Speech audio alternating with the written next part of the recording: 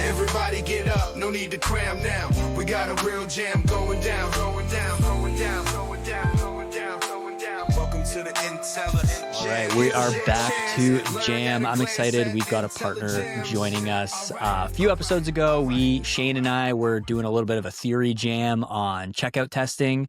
And I'm excited because today's guest has been doing a ton of tests inside of the checkout. I got Andy Kostis, who is the founder of Blue Way Labs. And Andy, you've been doing some pretty cool tests inside of the checkout. So I was hoping that you would jam with me today about what you're seeing, what's going on. Yeah, definitely. I think we've got some interesting tests to talk about. Let's do it. Andy and I were joking before he jumped on that we would start the podcast in French because I'm Canadian and I should probably know French, but we're not going to embarrass me like that. We'll just jump in. So Andy, on the checkout testing side of things, so obviously this just came out from IntelliJAMS. You've been very active with testing here. Is there something that like you were drawn to kind of immediately? Like when this became functionality that you had access to, was there something that just like jumped out at you as like, okay, I need to go test that first? Yeah, for sure. So I speed tested checkouts for two brands recently. One had no customization in the checkout because the brand grew very fast recently. And the other brand has been using the same checkout blocks for almost 2 years now. And so the first thing I wanted to do is do existent tests, which is basically checking if the current checkout blocks we have are impacting positively, negatively, or not at all. So this is what I did. For the brand with low traffic, I segmented and tested directly reviews. And the brand with more traffic, I isolated again and tested first trust badges, which was negative, and then I tested reviews. We're going to talk more about this one, which was pretty interesting. So when this first became a thing, I think when you were saying there, like, hey, one of these never had it, they grew fast. One of these brands had a checkout block that's been in there for a few years. So is for you, when you first see this, is the first thing to do, let's validate what's already here. So for the one that has like an established block, do you then run that as a test and say like, hey, let's do the block that's there versus like nothing, and like actually compare, like, is this block that's been here forever actually helping, or is like just going back to the default checkout the best way? So is like the first step here just like, let's validate and get a baseline of like, what are we dealing with? Exactly. The goal was to get a baseline. So in that brand, we had a review and we had a trust badge. And so I removed everything and first tested the trust badges. So the brand has a lot of traffic. So I tested 3 variations, 3 different designs, but the same content. And it turns out that the variant that won was the one with no customization at all, which was interesting because we've been using this for a long time. And then I run an iteration. So the V1 had no customization in checkout. V2, V3, V4 were different variations of reviews. And I tried to tackle different angles. For example, I talked about the benefits, value adds, trust reduction. Risk reduction.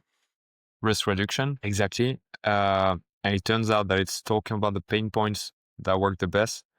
Maybe I can show my screen, or Yeah, go for it. okay, yeah. Okay, let's see that.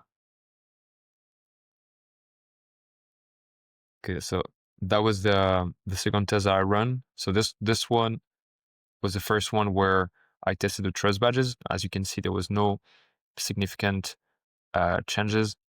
And here I tested the reviews. The 3 variants here are different angles. And so the V2 was talking about shipping, customer service, and value prop. The V3 was talking about product use cases and benefits.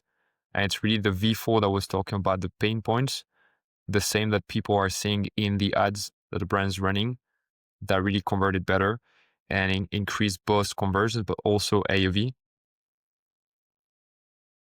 Interesting. So when you were testing those different variants, so Shane and I in our last jam, we talked about this concept of testing value adds and testing risk reduction. And I'll put a link to that episode in this one so people can go check it out. But the summary is basically risk reduction would be things that make it seem less risky to make this purchase. There's free returns, there's money back guarantees. And then those value adds are, hey, made in the USA, cruelty free, all these different kind of like things you can say that are specific to what your brand's all about. And what I love about that test, Andy, is like you're taking it one step further and like, hey, it's the value add that we introduced the brand on and kind of like pulled it all the way through the experience and into the checkout. So if we're reading those test results correctly, like the most effective checkout block in your testing was the checkout block that was actually just lining up as closely as possible with what you were kind of like talking about or what the hook was on the ad angle. Exactly. So we have congruence throughout the entire funnel, from the first touch point to until the last one. But what was interesting is that we got a different order distribution when I checked between the V1 and the V4. And I realized that more people are buying more items in the V4. So not only are more people buying, but also they are buying more. And so that means because people cannot modify items quantities in the checkout, it means that we're selling to different audience, basically. Some people that were not completing their purchase are now completing the purchase. So we give that extra psychological nudge to those people through the review. Interesting. Because like I think when I think about checkout testing, I think like, hey, that's probably going to impact conversion rate and abandoned carts. Basically, those would be like the two things. Exactly. Because unless you have some sort of additional software and like are doing something to actually do upsells or adjustments in the checkout, then you're not actually going to see anything there. But I think it's interesting when you were talking about that test where it's, hey, I'm trying to match up language with what people are seeing at the ad is, hey, it's actually helping those people convert and like we're attracting a specific type of audience through that ad. And like those are the people who are flowing through this particular experiment and like actually converting there. So it's more of like what did we do all the way to this point? And that's the like, hey, the nudge they need at the end versus like, oh, this completely changed the game by having this one thing here versus the other. Yeah, exactly. So when you were playing around with, you've been doing a lot of checkout testing. Obviously, we talked about risk reduction and value add. Have you been playing around with like, is one of those two ways of thinking about that nudge in the checkout? Has one been more effective for you than the other? Yeah, for one brand, it was more risk reduction. And for the other one, it was more value add. So I guess the best is really to get insights, like qualitative insights from your audience. And for one brand, it was very clear that everyone was mentioning shipping, like the reliability, the speed. And so we knew that for the brand, we had to reassure people with the review about the shipping. Whether for the other brand, it was more about the benefits of the product, the pain points that it solves. And so for this one, talking more about the value add was more convincing to those people. I love what you said there because one thing I say all the time is there are no best practices. You just have to discover for yourself. So I love that there So true. wasn't a best practice there. You got to Yeah. kind of test, you got to test your way to the best solution. And when you said, hey, people are referencing shipping, like I think people should be, you obviously need to operate under the, like what's going on in the realities of your brand. Where do you go to look for those clues? Like, do you go to reviews? Do you go to surveys? Like, how do you get an idea of what that would be for a particular brand? Yeah, pretty much everywhere. I guess the best way to start is look at reviews. But then I love post-purchase surveys because it's like the best moment when people are the warmest to tell you exactly why they're buying from you. But I like to look at what people are saying on Reddit or on different social medias to really understand like the language that people are using for the brand. And yeah, I guess the biggest wins actually come from iterations. So first you launch tests to really understand how it's impacting the metrics. If it's break even, then you didn't touch you didn't touch something that has an impact. But if it swings up or down a lot, then you know you'll find something that if you tweak again, then you have a high chance to find a winner. And so what I found is that in the test where we had a huge swing with the reviews, I looked at the segmentation by countries and I realized there was big differences. So then I run an iteration where I added small flags of the countries next to the review and also changed the reviews with reviews that actually speak to the American audience or to the British audience. And I launched those iterations. And for example, for the American markets, it worked very well. But for the British market, for the Canadian market, it worked not well at all. But actually, but there was a lot. I'm going to share my screen again. Go for it. We love to see results. Okay, this is good. So I guess people like the blue bars. Here they are. So yeah, those were 4 different markets. As you can see, like we had very, very big differences. So that was the iteration of the review test where I adapted the review plus added the flag. And Canadian market, we had no significant uplift or downlift. But when you look at the US market, we had like a huge plus 6% increase in conversions, plus 8% in AOV. And this is based on more than 700 per order per variant. So that's quite a lot. And for the 2 other markets, we had negative results. So all of this to say that once you found something that has an impact, then you should iterate and try on the different segments that you have, whether it's mobile and desktop or different countries or even different sources, to really try to find what resonates with each. Because the good thing once you've done checkout testing is that you can roll out the winner. And so this is what I'm doing right now, is that once I found a winner, I'm just rolling it out, and then we can always test again in the future.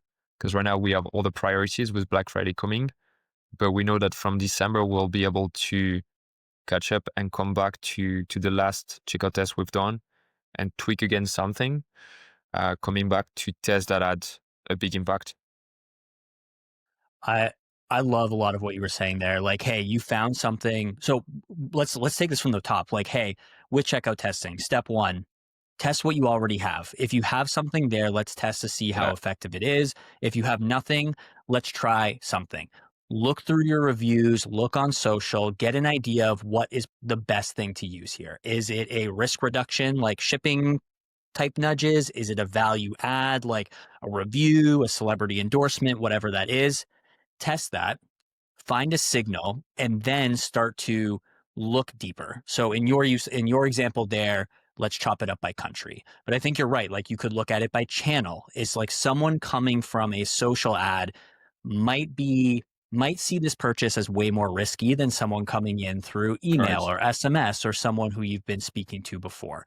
So find those tests, and when you find those winners, do the rollout. I'll do it. There's another episode I can link to where Adam and I are jamming on this. Like roll that variant out to that specific segment so that you're getting the benefits there, and then continue to iterate for the others. So in your example here, hey, we have a winner for the American audience, but hey, we still don't know what the best kind of like checkout nudge is going to be for the British or the Canadian audience. Hey, let's go back to the drawing board and try something there. And you can kind of find all of these versions that are going to work for those different segments. Like chop it up. Don't just assume that, hey, the best experience in the checkout is the best experience for everyone. Would that be like a good summary of kind of how to approach this? Yeah, exactly. Just like you said, I feel like everyone's been using a one size fits all until now. And it's like now that we can test checkout and that we can roll out based on segments, it means that we can speed test everything and have very personalized experience based on where you're coming from, your country, if you're coming from ads or from organic. And so if you can, it's just basically using landing pages to channel different traffic, right? It's like now you can do this until the checkout, which is incredible because it's the last piece that no one was touching until now. I love that. And like having what you just said there, that gives you the ability to have those specific nudges in the checkout that match the language or match what you've been saying kind of through the journey to make it as effective as you possibly can make it. Yeah. Andy, this has been amazing. One thing, Andy was showing it to me, it'd be really hard to show you guys on the actual recording here, is Andy's put together a library of a bunch of different checkout experiences to kind of grab inspiration from. So if you check the show notes from this episode, I'll put a link to it there so that you guys can go grab it. Andy, thanks for putting that fantastic resource together so people can go get inspired. And thanks for sharing what you've been learning through checkout testing. We appreciate it. Thanks a lot. Cheers, Alex.